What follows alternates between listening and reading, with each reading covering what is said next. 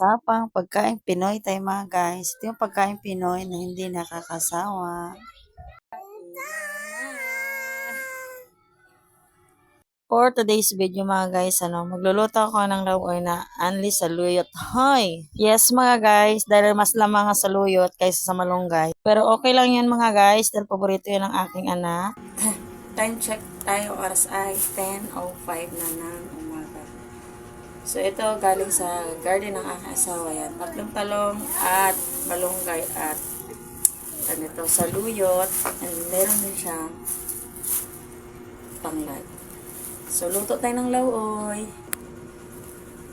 So, guys, sa Bisaya, ang tawag sa amin ng gulay na ganito halo-halo ay lawoy. Sa ibang lugar, hindi ko alam kung anong tawag. So, lutuin ko na to para sa aming tanghalian kasi yung malunggay ay naglalagas na. So, ipadparin ko muna tong aking labod. Ayan. Ipadparin ko muna tong saluyot. Tapos nito, tsaka ako magpapakulo ng tubig. So, istorbo yung labod for today's video, no? So, nangungulit na naman si Sarah, no? Ayan talaga pag mahirap pag mag-video ka, tapos may makulit na bata. Ay, nako naman talaga. So, ayan na, nahihaw ko na yung mga talong at narili ko na yung ating malunggay na anli saluyot. Tapos, dalawa lang pala yung nahiwa kong talong, no? Kasi yung isa ay pwede yung pantanin. Tapos, linis-linis. Siyempre, kailangan natin magkaigo. Ika nga, kaigo, clean as you go, kaiho, clean as you work. So, ayan na yung mahiwaga kong kaldero. Sinalang ko na, tapos, buksan ang mahiwagang kalan. Tapos, wait ka ng ilang minuto. Talaga mahirap mag-voice over, no? May makulit na bata. Diyos ko po, ay! Diyos ko. Tapos, ayan na yung aking tanglad. Ikot-ikutin ko lang yan kasi hindi ko masyadong naayos.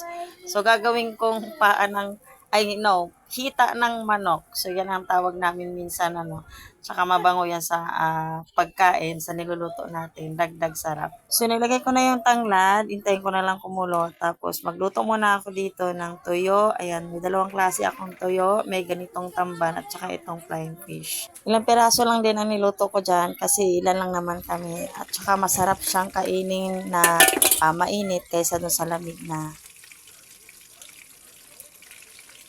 So, habang niluluto ko yung toyo, ayan, tinignan ko muna yung hita ng manok. Uy, hita. Ang lakas makahita. Tapos, nilagay ko yung ang hiniwa-hiwang talong. Tapos, tinakpan ko na rin yan. Tapos, intayin ko na lang kumulo at maluto yan.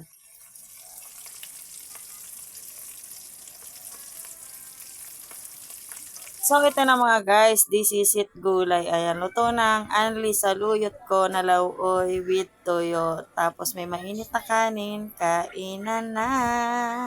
Ito yung pagkain namin for tanghalian. Salamat sa panonood. God bless and more sa ating lahat. Bye-bye!